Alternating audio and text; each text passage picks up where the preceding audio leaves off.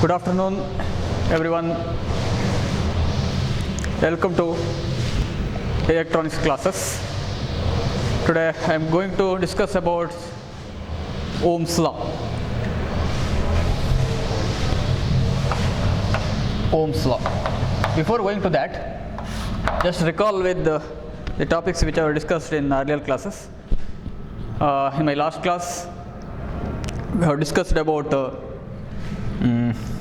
AC and DC, two types of electrical signals, direct current and alternating current. What is DC? DC is an electrical quantity which has both, here the magnitude and direction both are same, and in AC is an electrical quantity where the magnitude changes continuously and direction changes periodically. Okay, and we have compared the two types of electrical signals, DC and AC. There are 4 to 5 points. Accordingly, we are comparing DC and AC signals. First, in DC, constant same direction, moving in the same direction. AC moving in both directions. DC moves in one direction. Okay, second point, according to the variation of the magnitude, AC has varying magnitude changes continuously, whereas DC has fixed magnitude. Next, according to notation, capital letters are used for the notation of voltage and current, V and I, and the small letters are used if you give notation to the AC quantities. Next, the example for DC generators, or which generates DC signal, cells, batteries and DC generators. And examples for AC signal generators are AC generator, function generators and oscillators, etc. Okay, next, and before that we have discussed about the number of electrons in 1 coulomb of charge, and finally we got a number 6.25 into 10 to the power 18 electrons. Next, the concept of current and voltage. Okay, what is current? Strength of electric current, a number of charges, the amount of charge flowing through a cross section of a conductor in given time. Next, potential difference. It is the amount of work done in bringing a charge from one point to another in any closed circuit. Okay, next, Ohm's law. Here in this law we are discussing about the relationship between I and V. What is I? I is current. What is V? Potential difference. Potential difference. This theory was developed by George Simon Ohm, a German physicist, who studied the relationship between current flowing through a conductor and the potential difference across its ends.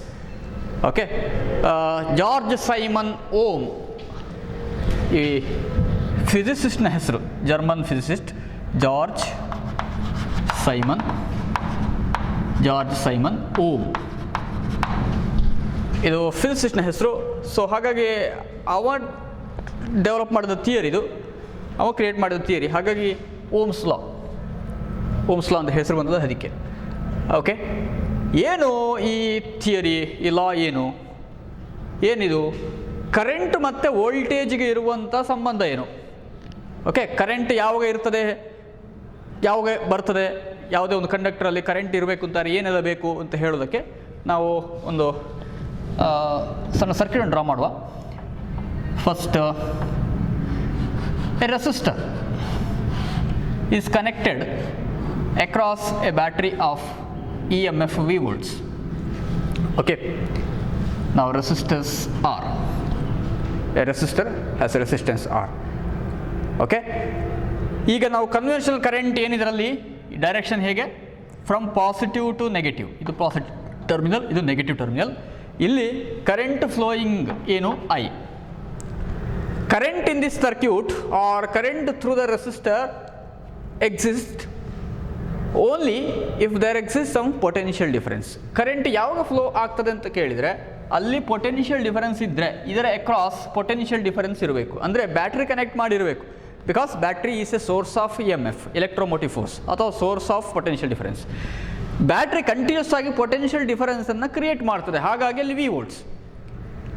Okay, ಅಂದರೆ ಇದರ across voltage ಏನು? ಇದರ voltage V volt ಆಯಿತು. ಈಗ ಈ voltage change ಆದರೆ ಅಥವಾ ಆ ವೋಲ್ಟೇಜಿಂದಾಗಿ ಅಲ್ಲಿ ಕರೆಂಟ್ ಏನಾಗ್ತದೆ? ಓಕೆ, ವೋಲ್ಟೇಜ್ ಇದ್ದರೆ ಮಾತ್ರ ಅಲ್ಲಿ ಕರೆಂಟ್ ಫ್ಲೋ ಆಗ್ತದೆ. ಹಾಗಾಗಿ ಕರೆಂಟ್ ಫ್ಲೋ ಆಗಬೇಕಿದ್ರೆ ಆ ವೋಲ್ಟೇಜ್ಗೆ ಏನೋ ಸಂಬಂಧ ಇರಬೇಕಲ್ಲ. ಸೊ ಆ ಸಂಬಂಧವನ್ನು ನಾವು ಇಲ್ಲಿ ಡಿಸ್ಕಸ್ ಮಾಡ್ತೇವೆ, Ohm's law. Okay, this is very very important and the basic law in the theory of electricity and in electronics also. ಯಾಕೆ ಇದು ಬೇಸಿಕ್ ಅಂತ ಹೇಳಿದರೆ, ಓಮ್ಸ್ ಲಾದ ಮೇಲೇ ಇನ್ನೊಂದಷ್ಟು ಥಿಯರಿಗಳು ಡೆವಲಪ್ ಆಗಿದೆ ಎಲೆಕ್ಟ್ರಾನಿಕ್ ಸರ್ಕ್ಯೂಟಲ್ಲಿ. ನೀವು ಸರ್ಕ್ಯೂಟ್ ಎನಾಲಿಸಿಸ್ ಮಾಡೋದು ಅಂತಿದೆ. ಸರ್ಕ್ಯೂಟ್ ಎನಾಲಿಸಿಸ್ ಮಾಡೋದು ಏನು ಎನಾಲಿಸಿಸ್ ಅಂತ ಕೇಳಿದರೆ, ಬ್ರೇಕಿಂಗ್ ಎನಾಲಿಸಿಸ್ ಅಂತ ಹೇಳಿದರೆ ಅದು ಬ್ರೇಕಿಂಗ್ ಅಂತ ಅರ್ಥ. ಯಾಕೆ ಬ್ರೇಕ್ ಮಾಡಬೇಕು? To understand the different concept inside the circuit. ಅಂದರೆ ಇಲೆಕ್ಟ್ರಾನಿಕ್ಸಲ್ಲಿ ಎನಾಲಿಸಿಸ್ ಏನು ಮಾಡೋದು ಅಂತ ಕೇಳಿದರೆ ಅಲ್ಲಿ ವೋಲ್ಟೇಜ್ ಎಷ್ಟು, ಅಲ್ಲಿ ಕರೆಂಟ್ ಎಷ್ಟು, ಅಲ್ಲಿ ಫ್ರೀಕ್ವೆನ್ಸಿ ಎಷ್ಟು, ಅಲ್ಲಿ ಫೇಸ್ ಎಷ್ಟು, ಇದೆಲ್ಲ ಎನಾಲಿಸಿಸಲ್ಲಿ ಬರುವಂಥದ್ದು. ಓಕೆ, ಬೇಸಿಕ್ಕಾಗಿ ನಾವು ಅನಾಲಿಸಿಸ್ ಮಾಡೋದು ಎರಡು ವಿಷಯವನ್ನು. ಒಂದು ವೋಲ್ಟೇಜ್ ಎಷ್ಟು, ಇನ್ನೊಂದು ಕರೆಂಟ್ ಎಷ್ಟು. ಓಕೆ, ಫಾರ್ ಎಕ್ಸಾಂಪಲ್ ಈ ಸರ್ಕ್ಯೂಟಲ್ಲಿ ನೋಡಿದೆವು, ಇಲ್ಲಿ ಈ ರೆಸಿಸ್ಟರಲ್ಲಿ ವೋಲ್ಟೇಜ್ ಎಷ್ಟು. ವೋಲ್ಟೇಜ್ ನೋಡಬೇಕಿದ್ರೆ ಎರಡು ಟರ್ಮಿನಲ್ ಅಕ್ರಾಸ್ ನೋಡ್ತೇವೆ ನಾವು. ಹೀಗೆ ಇಲ್ಲಿ ವೋಲ್ಟೇಜ್ ನೋಡಬೇಕು, ಇಲ್ಲಿ ವೋಲ್ಟೇಜ್ ಎಷ್ಟು. ಓಕೆ, ಆಮೇಲೆ ಇಲ್ಲಿ ಕರೆಂಟ್ ಎಷ್ಟು. ಈ ಸರ್ಕ್ಯೂಟನ್ನು ಬ್ರೇಕ್ ಮಾಡಿ ನೀವು ಒಂದು ಅಮ್ಮೀಟರನ್ನು ಕನೆಕ್ಟ್ ಮಾಡಿದರೆ ಅಲ್ಲಿ ಕರೆಂಟ್ ಎಷ್ಟು ಅಂತ ಫೈಂಡ್ ಔಟ್ ಮಾಡಲಿಕ್ಕೆ ಆಗ್ತದೆ. ಅದು ಇದರ ಅನಾಲಿಸಿಸ್. ಓಕೆ, ಅನಾಲಿಸಿಸ್ ಹೇಗೆ ಮಾಡೋದು? ಇನ್ 2 ways, ಐದರ್ ಪ್ರಾಕ್ಟಿಕಲಿ ಆರ್ ಥಿಯರಿಟಿಕಲಿ. ಎರಡು ರೀತಿಯಲ್ಲಿ ನೀವು ಅನಾಲಿಸಿಸ್ ಮಾಡಲಿಕ್ಕೆ ಆಗ್ತದೆ. ಥಿಯರಿಟಿಕಲ್, ಮ್ಯಾಥಮೆಟಿಕ್ಸನ್ನು ಯೂಸ್ ಮಾಡಿ ನೀವು ಅನಲೈಸ್ ಮಾಡಲಿಕ್ಕೆ ಆಗ್ತದೆ. ಹಾಗಿದ್ರೆ ಅದಕ್ಕೆ ಥಿಯರಿ ಏನು, ಬೇಸಿಕ್ ಥಿಯರಿ ಏನು? ಅಲ್ಲಿ ನಾವು ಯೂಸ್ ಮಾಡುವಂಥದ್ದು ಡಿಫರೆಂಟ್ ಲಾಸ್, ಬೇರೆ ಬೇರೆ ಲಾಸ್. ಓಕೆ, ಕೆಲವು ಥಿಯರಮ್ಸ್, ಅಲ್ಲಿ ನೀವು ಮ್ಯಾಥಮೆಟಿಕಲ್ ಮಾಡೆಲ್ನ ಯೂಸ್ ಮಾಡಿ ಅದನ್ನು ಅನಲೈಸ್ ಮಾಡ್ತೀರಿ. Okay okay so electronic circuit ಅನಾಲಿಸಿಸಲ್ಲಿ ಬೇಸಿಕ್ ಆಗಿ ಫಸ್ಟ್ ನೀವು ಸ್ಟಡಿ ಮಾಡುವಂಥ ಒಂದು ಲಾ ಇದ್ದರೆ ಅದು ಓಮ್ಸ್ ಲಾ. ಓಮ್ಸ್ ಲಾದ ಬೇಸಿಕ್ ಥಿಯರಿಯ ಮೇಲೆ ಉಳಿದ ಎಲ್ಲ ಥಿಯರಮ್ಸ್ ಅಥವಾ ರೂಲ್ಸ್ ಅಥವಾ ಲಾಸ್ ಏನಿದೆ ಅದೆಲ್ಲ ಡೆವಲಪ್ ಆದ್ದು. ಓಮ್ಸ್ ಲಾದ ಬೇಸಿಕ್ ಇಲ್ಲದಿದ್ದರೆ ನಿಮಗೆ ಯಾವುದೇ ಥಿಯರಿಯನ್ನು ಅರ್ಥ ಮಾಡಿಕೊಳ್ಳಿಕ್ಕೂ ಸಾಧ್ಯ ಇಲ್ಲ, ಅಥವಾ ಯಾವುದೇ ಥಿಯರಿಯನ್ನು ಡೆವಲಪ್ ಮಾಡಲಿಕ್ಕೂ ಸಾಧ್ಯ ಇಲ್ಲ. ಯಾಕೆಂದರೆ Ohm's law is a basic law. Okay, so listen carefully. Already ನೀವು 9th 10th ಗೊತ್ತಿಲ್ಲ ನನಗೆ ಯಾವ ಸಿಲೆಬಸ್ ಅಂತೇಳಿ, ಇಲ್ಲಿ ನೀವು ಅದು ಸ್ಟಡಿ ಮಾಡಿರ್ತೀರಿ. ಓಮನ ನಿಯಮ, ಕನ್ನಡದಲ್ಲಿ ನಾನು ಹೇಳ್ತಿದ್ರೆ ಓಮನ ನಿಯಮ, ಓಮ್ನ ನಿಯಮ. ಹಾಗಿದ್ರೆ ಓಮ್ಸ್ ಲಾ ಏನು ನೋಡೋ, ಪುನಃ ರಿಪೀಟ್ ಮಾಡಿದಾಗ ಆಯಿತು, ಹೇಳ್ತೇನೆ ನಾನು.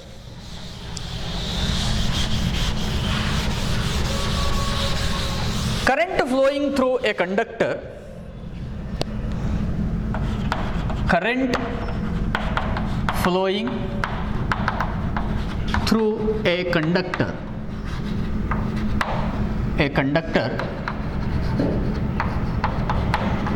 is directly proportional to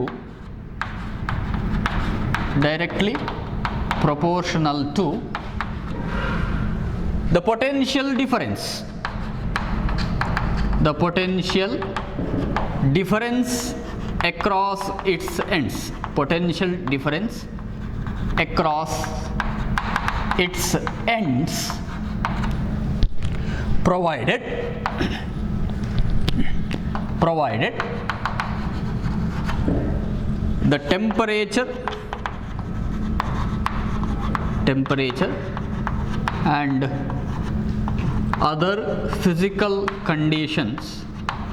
physical conditions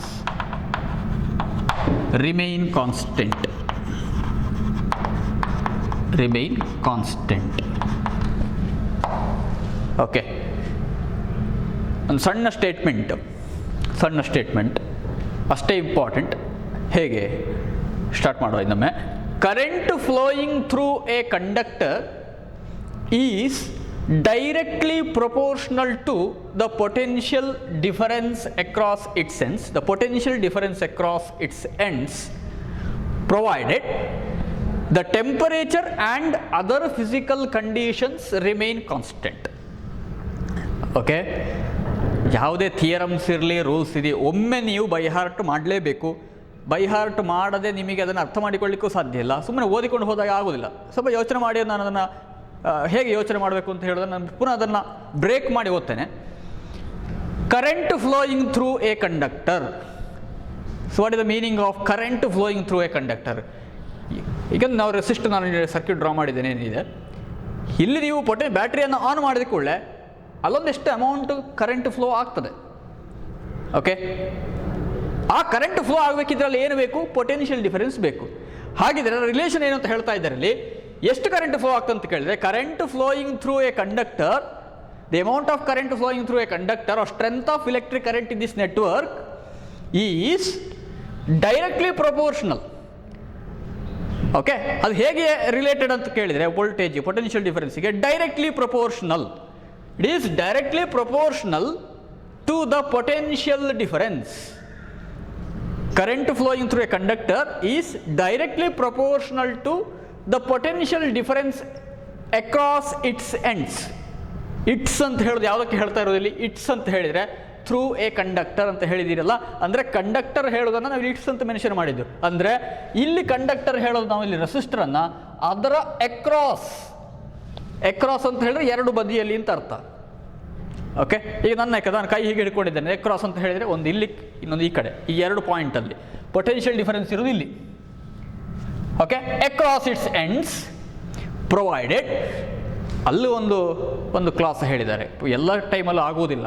ಯಾವಾಗ ಅಂತ ಕೇಳಿದರೆ, provided the temperature and other physical conditions remain constant. ಒಂದು ಏನಿರಬೇಕಲ್ಲಿ? ಟೆಂಪರೇಚರ್ ಕಾನ್ಸ್ಟೆಂಟ್ ಇರಬೇಕು. ಟೆಂಪರೇಚರ್ ವೇರಿಯೇಷನ್ ಇರುವಂಥ ಕಂಡೀಷನಲ್ಲಿ ಇದನ್ನು ಅಪ್ಲೈ ಮಾಡಲಿಕ್ಕೆ ಆಗೋದಿಲ್ಲ ಅಂತ ಆಯ್ತು. ಹಾಗಿದ್ರೆ ಟೆಂಪರೇಚರ್ ಕಾನ್ಸ್ಟೆಂಟ್ ಇರಬೇಕು. ಇನ್ನೊಂದು ಏನು? Other physical conditions. Other physical ಕಂಡೀಷನಲ್ಲಿ ಎಲ್ಲವೂ ಬರ್ತದೆ ಅದರಲ್ಲಿ. ಒಂಥರ ಡೈಮೆನ್ಷನ್, ಅದರ ಲೆಂತ್, ಬ್ರೆಡ್ತ್, ಆಮೇಲೆ ವಾಲ್ಯೂಮ್, ಅದು ಕೂಡ ಕಾನ್ಸ್ಟೆಂಟ್ ಇರಬೇಕು. ಆಮೇಲೆ ಇವಾಗ ಸಮ್ ಎಕ್ಸ್ಟರ್ನಲ್ ಫ್ಯಾಕ್ಟರ್ಸ್.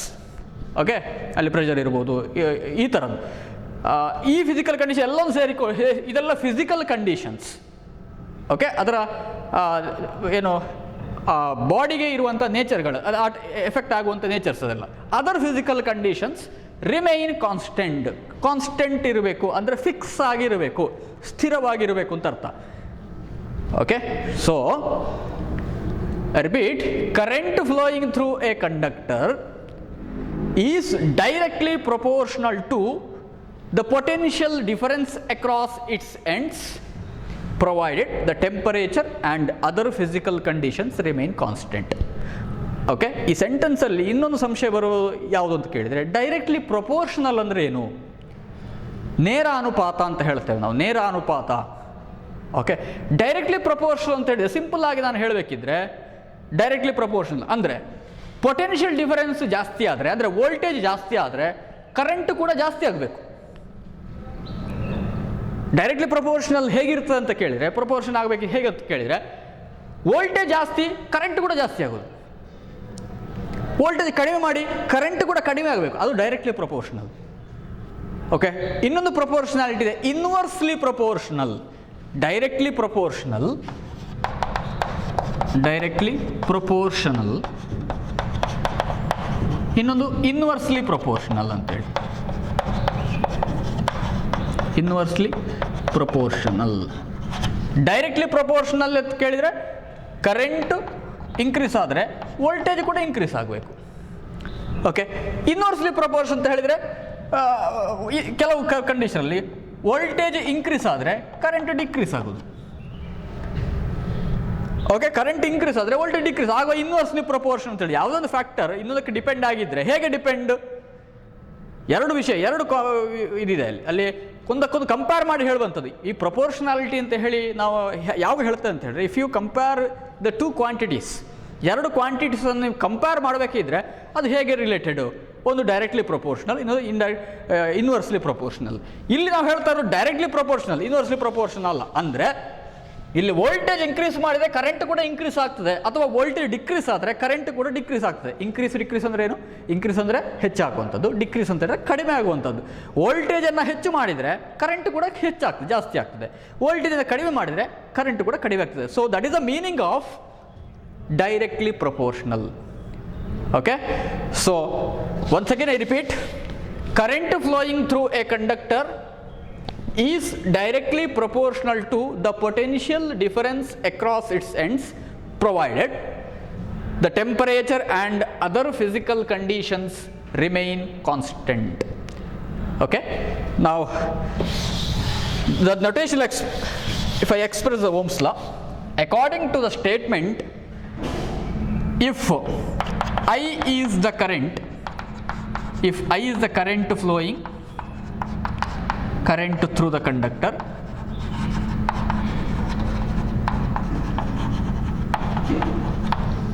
current ಅನ್ನು I ಅಂತ ಮೆನ್ಷನ್ ಮಾಡ್ತೇವೆ, and if V is the potential difference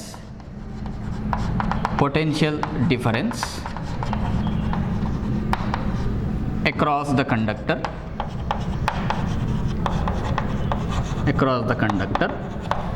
then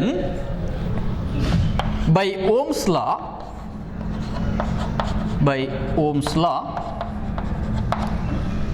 I is proportional to V. Current flowing through a conductor is proportional to V.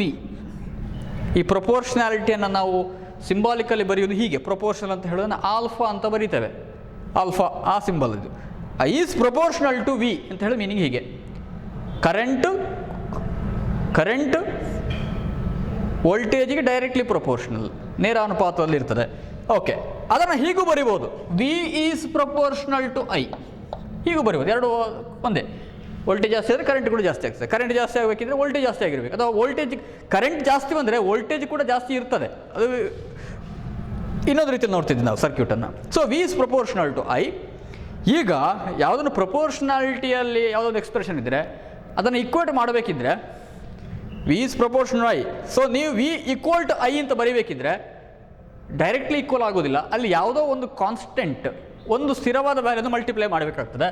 So if you equate it, V is equal to some constant K into I, okay, where K is known as resistance, R into I. V is equal to R into I, or V is equal to I into R. This is the Ohm's law, the final product of Ohm's law. Ohm's law ಏನು ಹೇಳ್ತದೆ ಅಂತ ಕೇಳಿದ್ರೆ V is equal to I into R. Okay, ಯಾವುದು equate ಮಾಡಬೇಕಿದೆ ಕಾನ್ಸ್ಟೆಂಟನ್ನು multiply ಮಾಡ್ತೇವೆ. ಆ constant ಏನಿಲ್ಲಿ R is the constant. R ಅಂತ ಹೇಳೋದೊಂದು ಒಂದು ಸ್ಥಿರವಾದಂಥ ವ್ಯಾಲ್ಯೂ. ಯಾವುದು? What is R? R is the resistance. R is resistance of the conductor. What is resistance? Okay, equate ಮಾಡಬೇಕಿತ್ತು, ಒಂದು ಕಾನ್ಸ್ಟೆಂಟನ್ನು ಮಲ್ಟಿಪ್ಲೈ ಮಾಡಬೇಕಿತ್ತು. ಹಾಗಿದ್ರೆ ಈ ಕರೆಂಟ್ ಮತ್ತು ವೋಲ್ಟೇಜ್ ಚೇಂಜ್ ಆಗಬೇಕಿದ್ರೆ ಯಾವುದರೊಟ್ಟಿಗೆ ಚೇಂಜ್ ಆಗ್ತದೆ? ಆ ರೆಸಿಸ್ಟೆನ್ಸ್ ಒಟ್ಟಿಗೆ ಮಲ್ಟಿಪ್ಲೈ ಆಗಿ ಚೇಂಜ್ ಆಗುವಂಥದ್ದು. ಫಾರ್ ಎಕ್ಸಾಂಪಲ್, ಈ ರೆಸಿಸ್ಟೆನ್ಸ್ ವ್ಯಾಲ್ಯೂ 1 ಓಮ್ ಇದೆ ಅಂತ ಆದರೆ, 1 ಓಮ್ ರೆಸಿಸ್ಟೆನ್ಸ್ ಆದರೆ, ಇಲ್ಲಿ ನೀವು 1 ವೋಲ್ಟ್ ಅಪ್ಲೈ ಮಾಡಿದರೆ ಕರೆಂಟ್ ಎಷ್ಟು ಅಂತ ಕೇಳಿದರೆ 1 ಆಂಪಿಯರ್. ಇಲ್ಲಿ 1 ವೋಲ್ಟ್ ಕೊಟ್ಟರೆ ಕರೆಂಟ್ ಎಷ್ಟು? 1 ಆಂಪಿಯರ್. ಈಗ 2 ವೋಲ್ಟ್ ಕೊಟ್ಟರೆ ಇದು 2 ಆಂಪಿಯರ್ ಆಗ್ತದೆ. 3 ವೋಲ್ಟ್ ಕೊಟ್ಟರೆ 3 ಆಂಪಿಯರ್ ಆಗ್ತದೆ. ಹೀಗೆ ಹೇಗೆ ಆಗ್ತದೆ ಅಂತ ಕೇಳಿದರೆ ಇದರೊಟ್ಟಿಗೆ ಮಲ್ಟಿಪ್ಲೈ ಆಗಿ ಅದು ಡಿವೈಡ್ ಆಗಿ ಬರುವಂಥದ್ದು. ಕಾನ್ಸ್ಟೆಂಟ್ ವ್ಯಾಲ್ಯೂನು ಮಲ್ಟಿಪ್ಲೈ ಮಾಡಬೇಕು, ಇಲ್ಲಾಂದರೆ ಡಿವೈಡ್ ಮಾಡಬೇಕು. ಅರ್ಥ ಆಯ್ತಲ್ಲ? What is that? Resistance of the conductor or resistor. What is resistance? The question is what is resistance? Resistance ಅಂದರೆ ಏನು? ರೆಸಿಸ್ಟೆನ್ಸ್ ನಿಮಗೆ ಅರ್ಥ ಆಗುವಂಥ ಕಾನ್ಸೆಪ್ಟ್ಗಳಿದು. ರೆಸಿಸ್ಟೆನ್ಸ್ ನೀವು ಕೇಳಿರ್ಬೋದು, ಬಾಡಿ ರೆಸಿಸ್ಟೆನ್ಸ್, ಓಕೆ, ಆಮೇಲೆ ಇನ್ನೇನು ವಾಟರ್ ರೆಸಿಸ್ಟೆನ್ಸ್, ಆಮೇಲೆ ರೆಸಿಸ್ಟೆನ್ಸ್ ಅಂತ ಹೇಳೋದನ್ನು ಕೇಳಿ. ರೆಸಿಸ್ಟೆನ್ಸ್ ಅಂದರೆ ರೋಧಕ ಶಕ್ತಿ ಅಥವಾ ನಿರೋಧಕ ಶಕ್ತಿ. ಅಂದರೆ ಯಾವುದನ್ನು ಕೂಡ ನಾವು ರಕ್ಷಣೆ ಮಾಡಬೇಕಾದ್ರೆ ಹೇಳುವಂಥ ಒಂದೊಂದು ವರ್ಡ್ ಇದು. ನಮ್ಮ resistance power, body resistance power ಅಂದರೆ ಏನು? ಯಾವುದೇ ಇಮ್ಯುನಿಟಿ ಪವರ್ ನಮ್ಮ ಬಾಡಿ ರೆಸಿಸ್ಟೆನ್ಸ್ ಅಂತ ಹೇಳ್ತೇವೆ. ಹೇಗೆ? ಯಾವುದೇ ಎಕ್ಸ್ಟರ್ನಲ್ ಫ್ಯಾಕ್ಟರ್, ಯಾವುದೇ ಒಂದು ಡಿಸೀಸ್ ಬಂದರೆ ನಮ್ಮ ಬಾಡಿ ಅದನ್ನು ತಡ್ಕೊಳ್ಳುವಂಥ ಶಕ್ತಿ, ಅದು ರೆಸಿಸ್ಟೆನ್ಸ್ ಪವರು. ಇಲ್ಲಿ ರೆಸಿಸ್ಟೆನ್ಸ್ ಬಾಡಿಯ ರೆಸಿಸ್ಟೆನ್ಸ್ ಹೇಳ್ತಾ ಇರೋದಲ್ಲ, ಯಾವುದೇ ಬಾಡಿ, ಒಂದು ಬಾಡಿ ಕಂಡಕ್ಟರ್ ಅಂತ ಆದರೆ ಆ ಕಂಡಕ್ಟರಿಗೆ ಇರುವಂಥ ಒಂದು ಪ್ರಾಪರ್ಟಿ ಇದು, ನೇಚರ್ ಅದು. ಎಲ್ಲ ಬಾಡಿ, ಎಲ್ಲ ಕಂಡಕ್ಟರ್ ಕೂಡ ರೆಸಿಸ್ಟೆನ್ಸ್ ಅಂತ ಹೇಳೋದು ಕಾಮನ್ ಥಿಂಗ್. ಏನದು resistance? It is the nature of the nature of conductor, nature of the conductive material, conductor of any material which opposes, ಏನು ಮಾಡ್ತದೆ ಅದು, which opposes, ರೆಸಿಸ್ಟೆನ್ಸ್ ಹೇಳೋ ಅರ್ಥ ಏನು, opposition ಅಂತ ಹೇಳುವಂಥ the nature of the conductor which opposes, ಏನನ್ನು oppose ಮಾಡೋದು, ಅದು ಏನು ಅಪೋಸ್ ಮಾಡೋದು, ಅಲ್ಲಿ ಏನಾಗ್ತದೆ, ಕಂಡಕ್ಟರಲ್ಲಿ ಏನಾಗಬೇಕು, ಚಾರ್ಜಸ್ ಮೂವ್ ಆಗಬೇಕಲ್ಲ, ಚಾರ್ಜಸ್ ಮೂವ್ ಆಗುತ್ತೆ ಹೇಳಿದರೆ ಕರೆಂಟ್ ಇದೆ, which opposes the current flowing, the conductor, nature of the conductor which ಒಪೋಸಸ್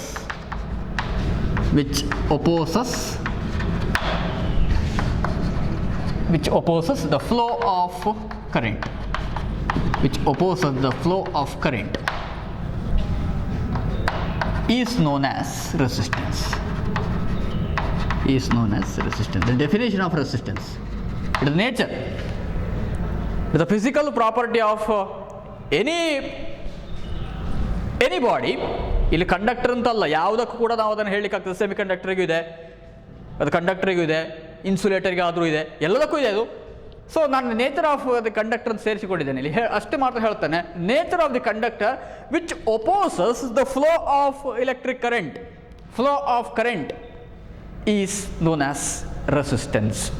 V denote it by capital letter A, capital letter R. R ಅಂತ ಹೇಳೋದಕ್ಕೆ notation. Okay, and its SI unit is ohm.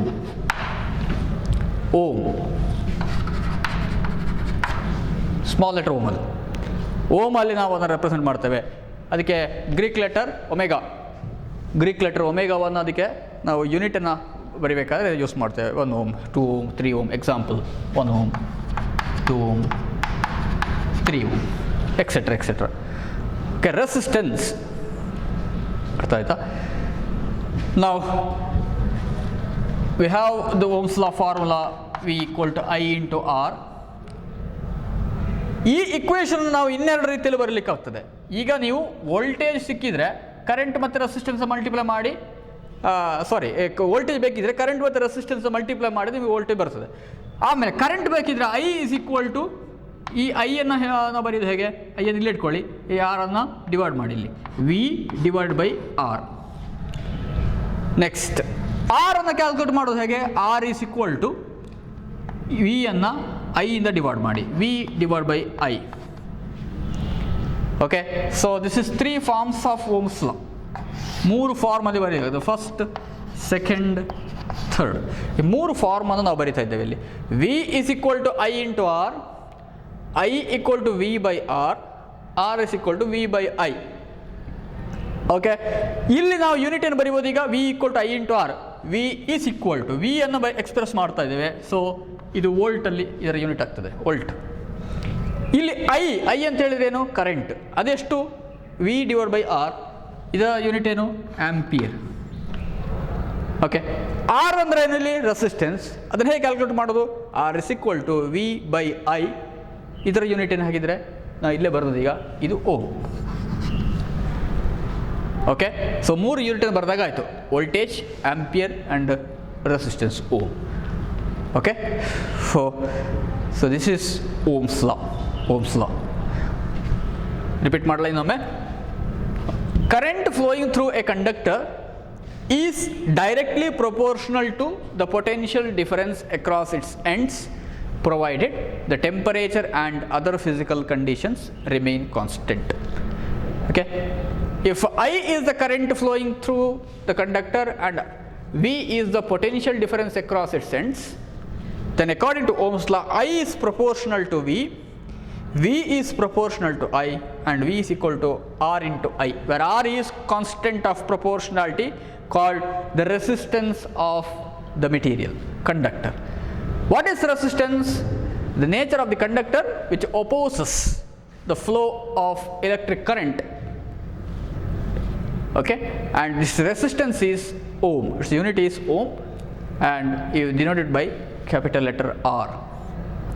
3 forms of ohms. V is equal to IR, I equal to V by R, R is equal to V by I. Okay,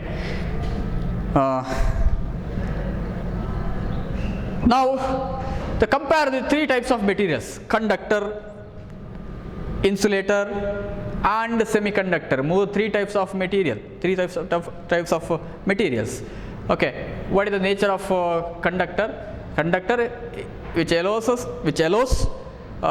the current to pass through it. It offers a very negligible value of resistance. We can't say it offers 0 ohm resistance. 0 ohm resistance ಕೊಡೋದಿಲ್ಲ conductor. ಅಲ್ಲಿ ಕೂಡ ಒಂದು finite amount of resistance ಇದೆ, ಅಂದರೆ ತುಂಬ negligible value. Okay, ಎಷ್ಟಿರ್ಬೋದು ಕೇಳಿದ್ರೆ 1 ohm 2 ohm ಈ ರೇಂಜಲ್ಲಿ ಬರ್ತದೆ. 1 ohm 2 ohm ತುಂಬ ಕಡಿಮೆ ವ್ಯಾಲ್ಯೂ. ಬಟ್ ರೆಸಿಸ್ಟೆನ್ಸ್ ಇಲ್ಲ ಅಂತ ಹೇಳಿ ಅರ್ಥ ಅಲ್ಲ. ಯಾವುದೇ ಕಂಡಕ್ಟರ್ಗೆ ಆಗಲಿ ಇಲ್ಲಿ ಕರೆಂಟ್ ಫ್ಲೋ ಆಗ್ತದೆ. Second one, insulator. ಯಾಕೆ insulator? The material which do not allow the current to pass through it. Insulator ಅಂತ ಹೇಳೋ ಮೆಟೀರಿಯಲ್ ಕರೆಂಟನ್ನು ಪಾಸ್ ಮಾಡಲಿಕ್ಕೆ ಬಿಡೋದಿಲ್ಲ, ಕರೆಂಟ್ ಫ್ಲೋ ಆಗಲಿ ಬಿಡೋದು, ಚಾರ್ಜಸ್ ಮೂವ್ ಆಗೋದೇ ಇಲ್ಲ. ಯಾಕೆ? Because it has very high value of resistance value ತುಂಬ ಜಾಸ್ತಿ ಇದೆ. ಇನ್ನು semiconductor. Okay, this is the midway with property is midway between conductor and insulator. ಇದರ ಮಿಡ್ಲಲ್ಲಿ ಬರ್ತದೆ ಅದರ property. Okay, conductivity is not as much as conductor, but it conducts very small amount of current.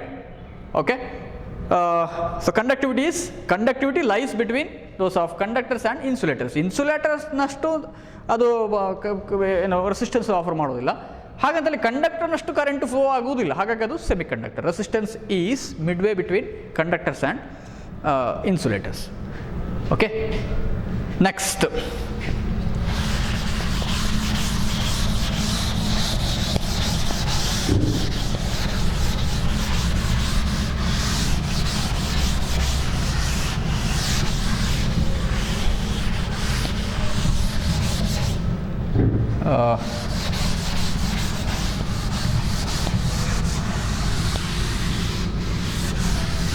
demerits of Ohm's law. Demerits of Ohm's law.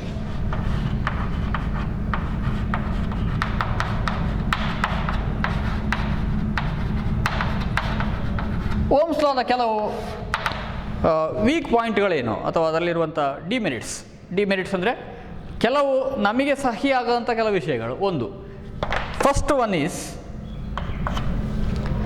It is not applicable. Ohm's law is not applicable if physical conditions are subjected to change,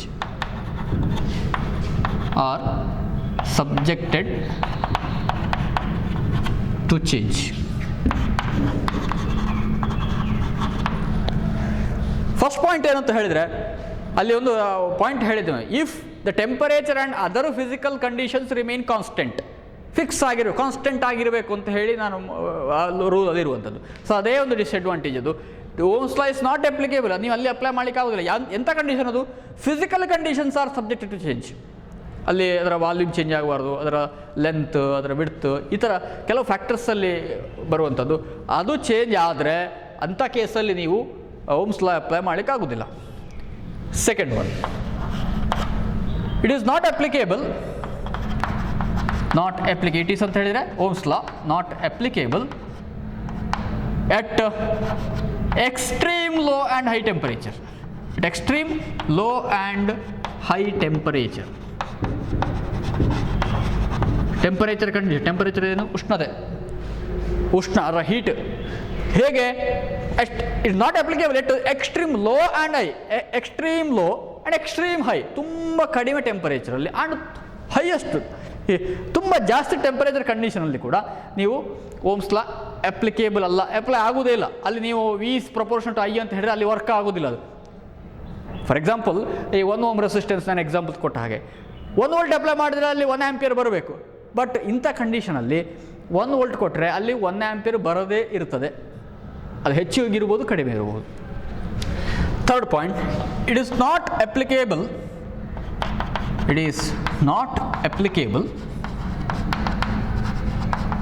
for semiconductor devices.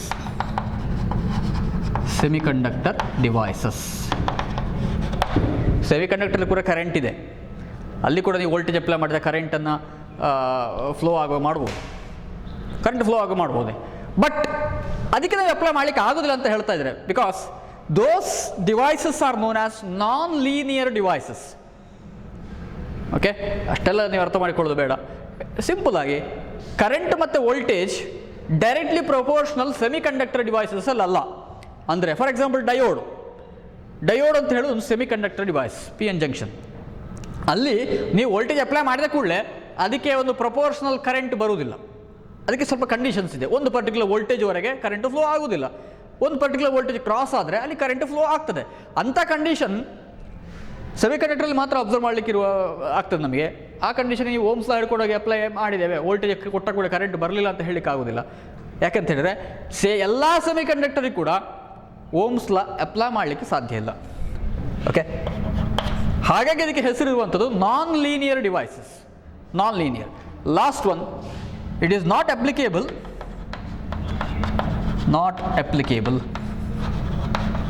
For arcing devices.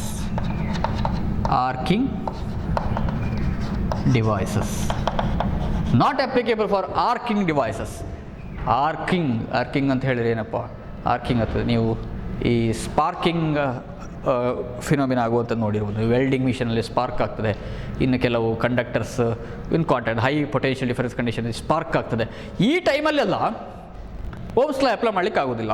ಆರ್ಕಿಂಗ್ devices ಅಂತ ಹೇಳಿ ಅದನ್ನು ಹೇಳ್ತಾರೆ, particular mention ಮಾಡೋದನ್ನು ಆರ್ಕಿಂಗ್ devices. ಎಲ್ಲಿ ಸ್ಪಾರ್ಕ್ಗಳಿರ್ತದೆ, spark ಆಗುವಂಥ conditions ಇರ್ತದೆ, ಅದು ಆರ್ಕಿಂಗ್ devices. ಅಲ್ಲಿ ನೀವು ಓಮ್ಸ್ ಲಾವನ್ನು ಅಪ್ಲೈ ಮಾಡಲಿಕ್ಕೆ ಆಗೋದಿಲ್ಲ. Okay, the first one is Ohm's law is not applicable if physical conditions are subjected to change. Second one, it is not applicable at extreme low and high temperatures. Third one, it is not applicable for semiconductor devices. And fourth one, it is not applicable for arcing devices. Okay, ಇಷ್ಟು ಸಾಕು ಅಂತ ಅನಿಸ್ತದೆ. Thank you.